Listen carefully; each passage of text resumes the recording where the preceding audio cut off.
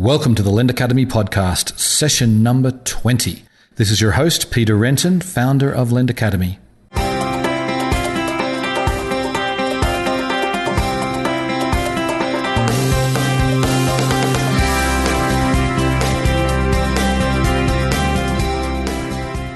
So we have a very special guest for you today.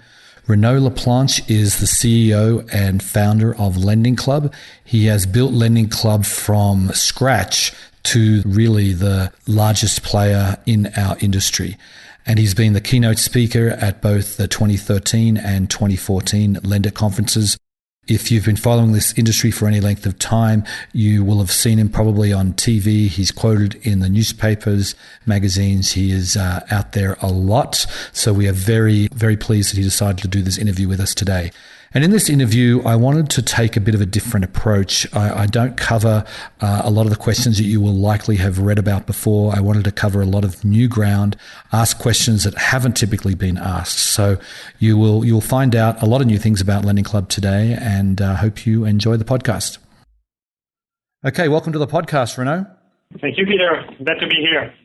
Okay, so let's just get started. I wanted to ask you how you came up with the name Lending Club, and was there anything specific about the club aspect that appealed to you? Mm-hmm. Yeah, it was a while ago now. But basically, I was in my living room with my wife, and we were discussing names and doing research and trying to find a name that would be more of a sort of descriptive name. I mean, there are these sort of very sort of conceptual names that have more of an emotional appeal that really don't describe the product, but triggers the right emotion. But on the flip side, there are names that are more descriptive.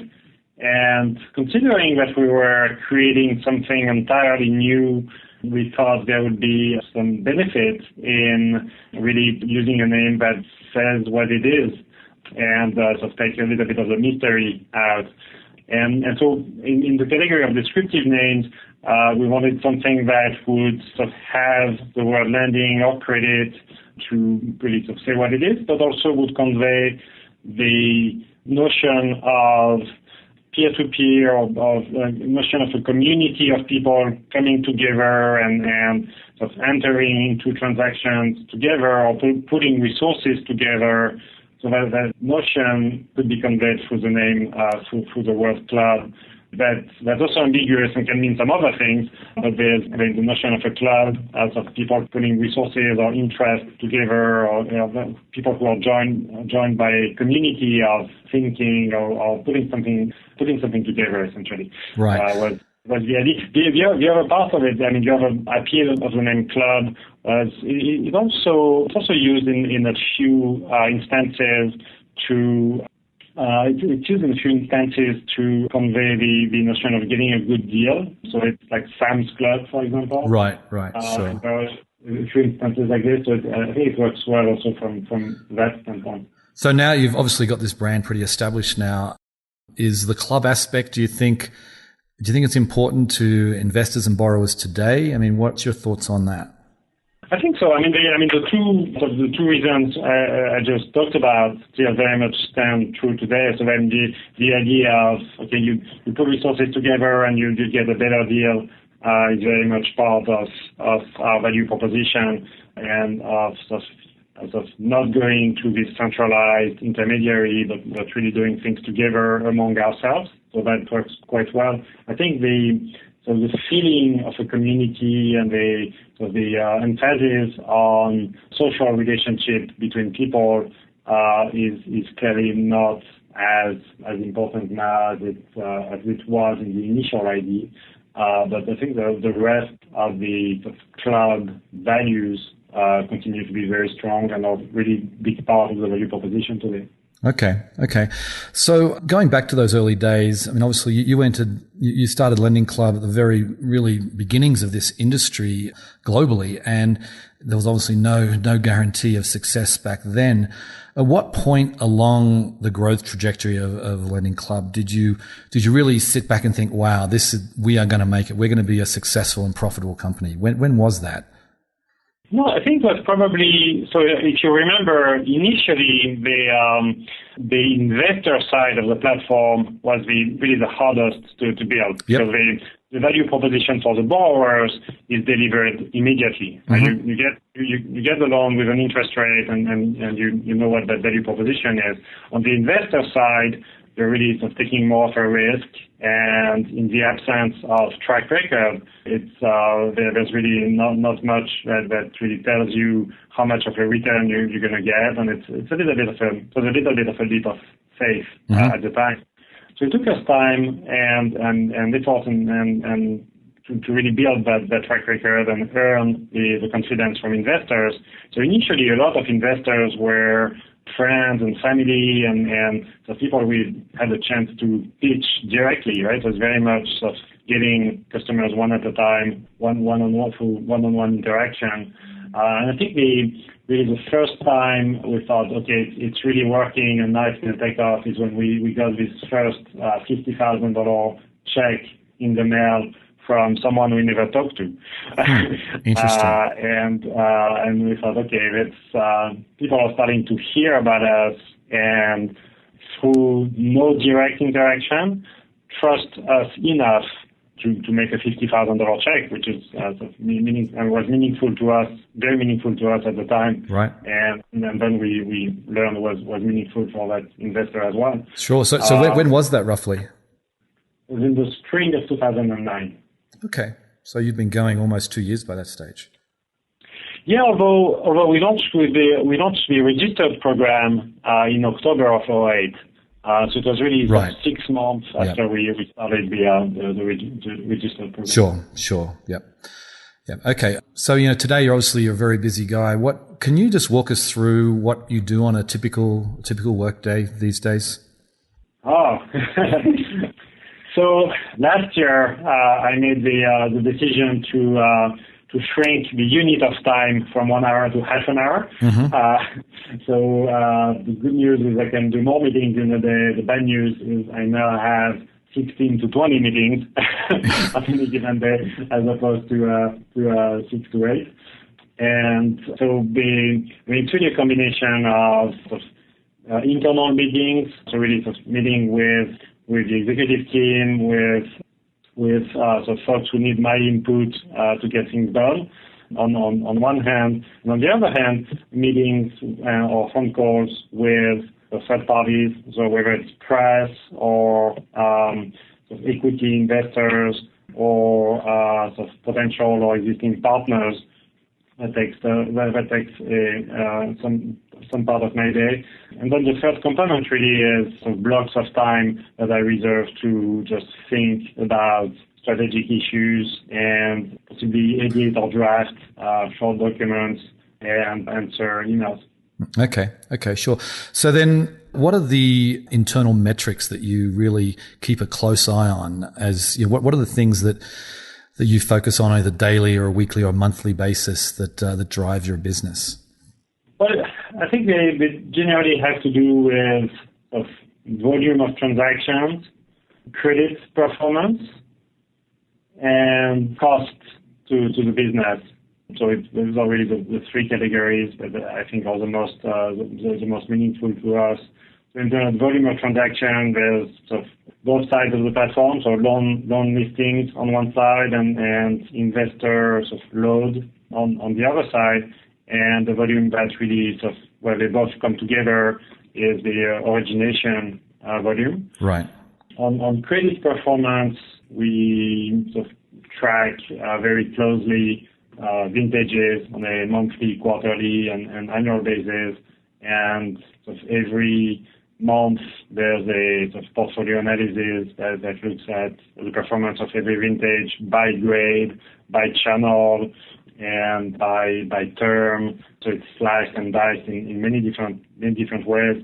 So Charmai's group has a very granular version of that, and I get a more aggregate version, and then we meet once a month to review the portfolio performance. But that's a big part of my focus. Right. And the third one really is about cost. So looking at acquisition costs on both sides and operations cost. And as you know, there's a big focus here in sort of taking costs down through automation and trying to lower operations costs so that we pass on the cost savings to both borrowers and investors. Mm-hmm. And then the fourth category is really sort of operating metrics around customer service, really for the most part, and making sure the sort of wait time on the phone is as short as possible, and most phone calls get answered, and so on and so forth. Right. Okay. And then, so talking about those originations, you've set up quite an impressive record now of consistently growing those originations at a pretty much a fixed rate each month. How are you managing to do that so consistently now for many, many years? Yeah, so it's really because we're a marketplace. We have sort of supply and demand, but we're in this fortunate position that the marketplace is neither supply nor demand constrained. Mm-hmm. So we have more sort of supply and demand than we're letting in on the platform on both sides. So we can really choose our growth rate. And so we're choosing to set the growth rate at a pace that we believe is commensurate with good sort of risk management, good planning, sort of operations, good internal controls, IT security, IT scalability. So all the things that could break when you go too fast with not enough planning time and not enough attention to the things that really matter a lot to our customers and to us in terms of managing risk and making sure the platform is as safe and secure as possible for both sides of the platform. Mm-hmm. So should we expect this growth trajectory to remain consistent? I mean, you've done an acquisition, you've got small business lending. These obviously add to the core business, but are we going to see this growth stay consistent? Do you think it's going to accelerate? What are your thoughts on that?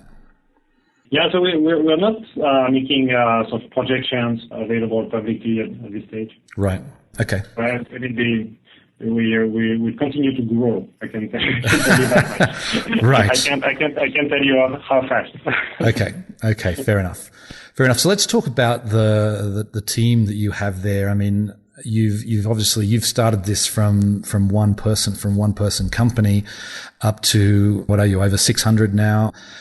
How has that changed over the years? Like when you first started, you obviously had very different needs. Now you're going into doing an IPO at some point in the future. So what skills were critical then that have changed now with when you're looking to hire in your executive team? Yeah.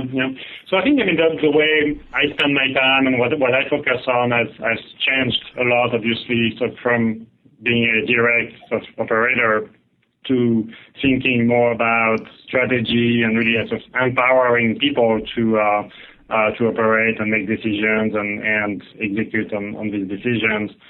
More of my time now is spent on when it's the internal focus, it's really spent on sort of company building activities, including thinking about the sort of organizational design and company culture and hiring process and training and development.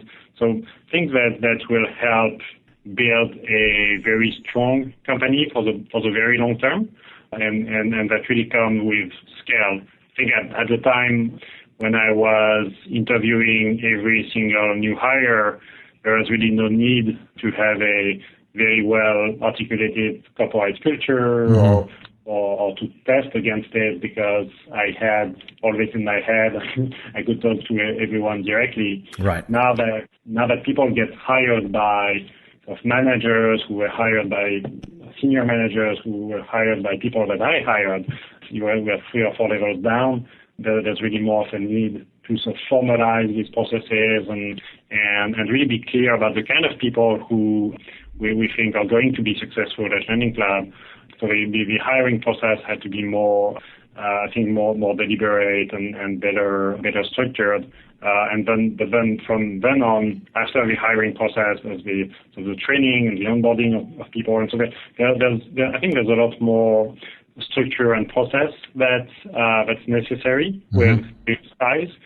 but it's really important to sort of build these processes and that additional structure in a way that doesn't temper creativity and initiative and people continuing to innovate and create new solutions, and that we leave sort of enough space for people to really sort of do what they love and contribute to continuing to make Lending Club one of the sort of foremost innovators in financial services delivered through a marketplace. Mm-hmm. Okay. So I want to switch gears a little bit and talk about the from the investor side, which is what most of the Lend Academy readers are interested in. You were quoted recently in a Forbes article saying that no individual loan at Lending Club is better than any other. And I just wanted to sort of, if you could talk about a bit about that, because when, the thing about it is that we have access to all of the data of your loan history. And, there's, you can either analyze it yourself in an Excel spreadsheet. You can use one of the tools like nickelsteamroller.com, and people look at at your loan history and find pockets where every, say, B5 loan doesn't perform equally. And so in the light of your actual history, what do you mean when you say that no individual loan is better than any other? No, I think the question is more probably more nuanced and more complex than that. I think the point I was trying to convey is that it's very hard for anyone to consistently pick loans that will sort of outperform other loans without taking more risk. So we're seeing sort of investors having higher return than other investors. Obviously, but it's generally by sort of investing in loans that carry more risk, and the risk might or might not materialize, and then these investors might have a better return. But I think the important point here, I believe, is that we obviously make a lot of data available to investors so that they have the ability to sort of see by themselves what's working and what's not working. But obviously we have that data as well. Right. You have more data than what we have, obviously. Right. And we, in general, we also have a lot more people working on sort of risk management and portfolio management than any single investor. And our people are not necessarily dumber than anybody else. So I think the general point is it's going to be hard to sort of consistently outperform the platform, because when there is a sort of arbitrage opportunity, we see it as well. And our desire is to make the platform and the pricing as efficient as possible, and to continue to improve the risk ranking power of our models. So we're not sort of creating arbitrage opportunities on purpose. The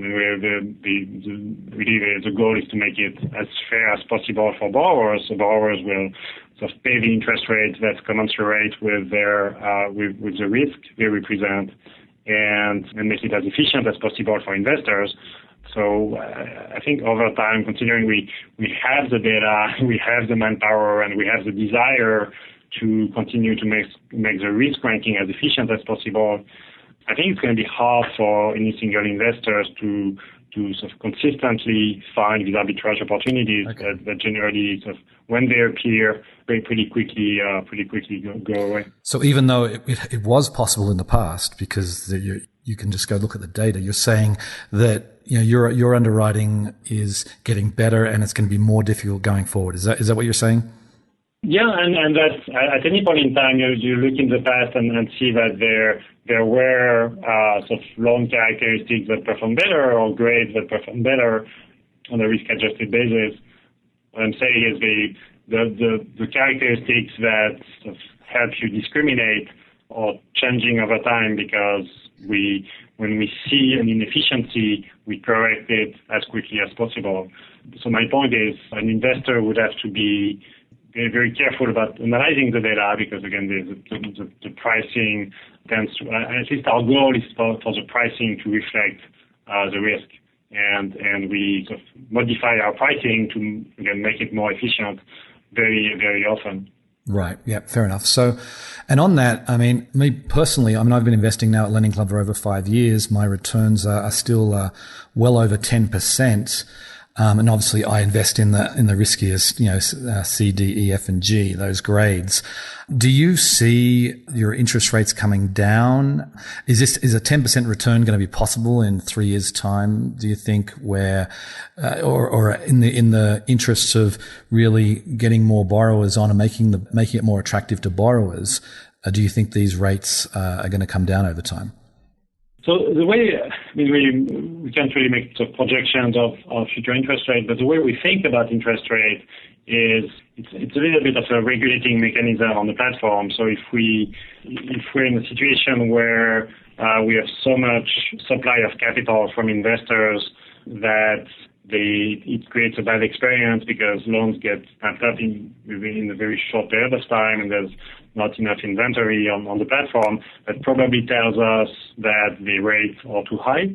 On the flip side, if investors stop investing, it probably tells us that the rates are too low. Right. So interest rates is really sort of a way for us to sort of manage supply and demand. Okay. Yeah, fair enough.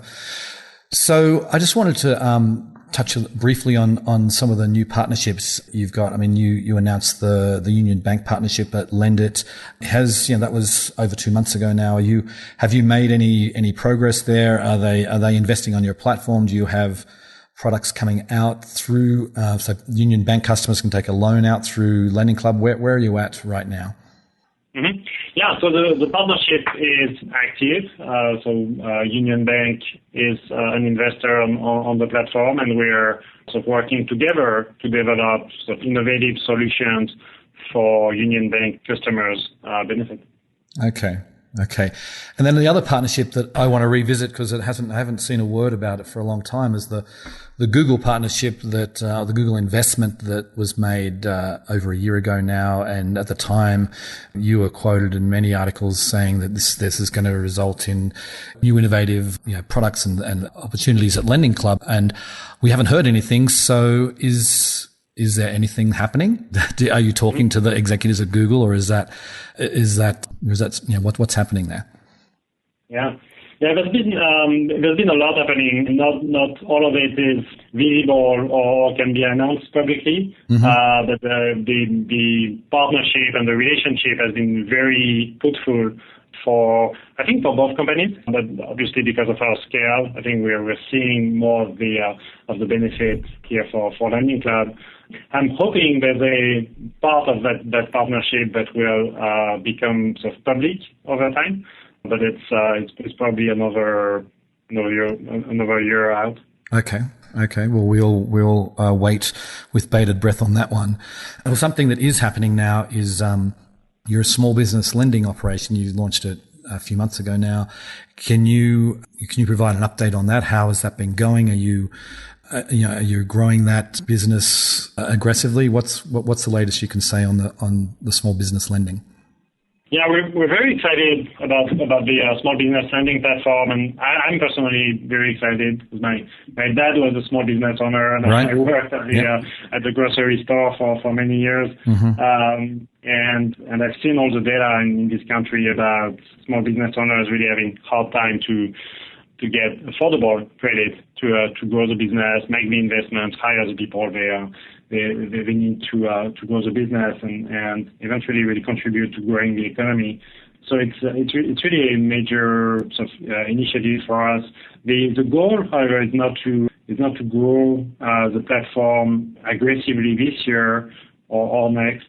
We're really sort of taking the time to learn from the market and sort of adjust the underwriting over time, adjust the acquisition funnel, so really fine-tune our strategy and take it to a point where we feel we can responsibly increase origination.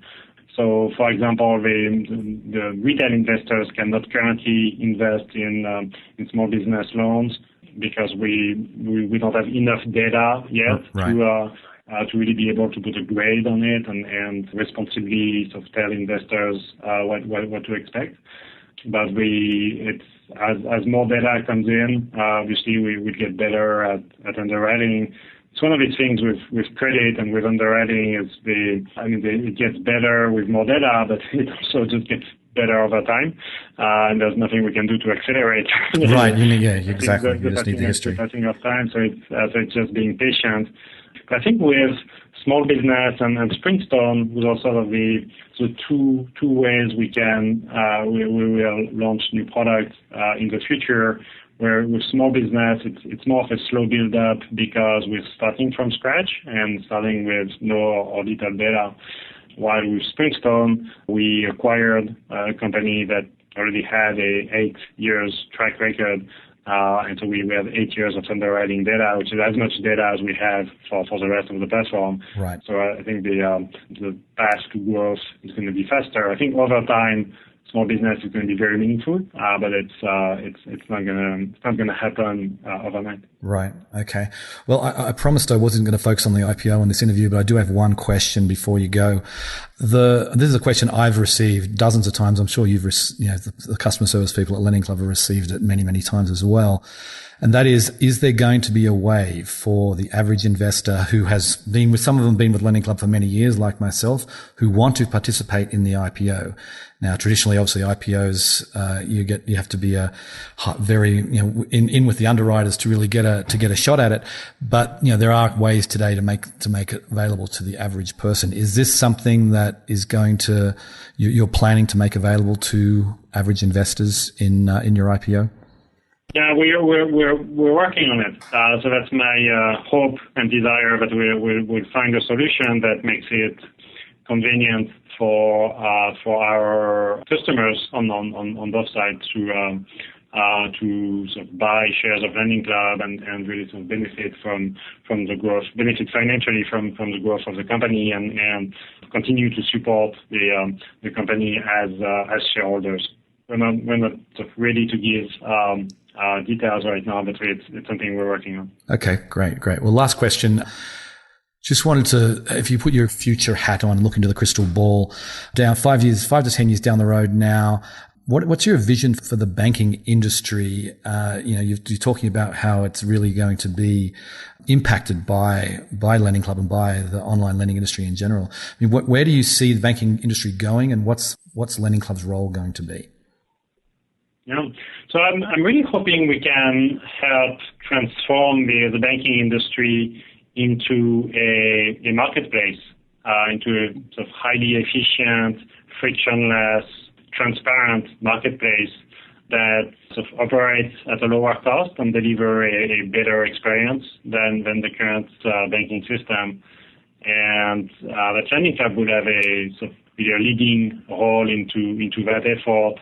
And we obviously won't do it ourselves. I mean, there are 6,500 banks in the country, right. And that's really the reason why we have a strategy of extending open invitations to banks that believe in the marketplace model and then sort of look at the data and realize that it is operating at a lower cost and they should benefit from it. So banks can invest on the platform, obviously, but more importantly, they can sort of work with the platform like we're doing with Union Bank to sort of offer solutions to their own customers and sort of deliver a lower cost and really more enjoyable experience to their customers.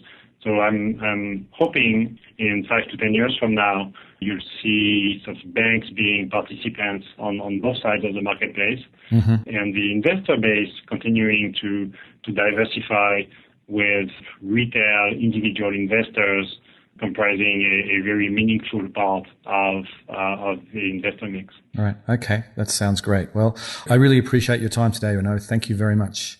Sure. Thank you, Peter. It was great talking to you. Yep. Bye. Bye. Well, there you have it. Potentially some good news for investors who are keen to participate in the IPO. While Renaud obviously did not promise anything, it is good news that they are actively looking at that as a possibility. So before I sign off, I just have one request. If you enjoy the podcast, or even if you don't enjoy the podcast, I would love to hear your feedback.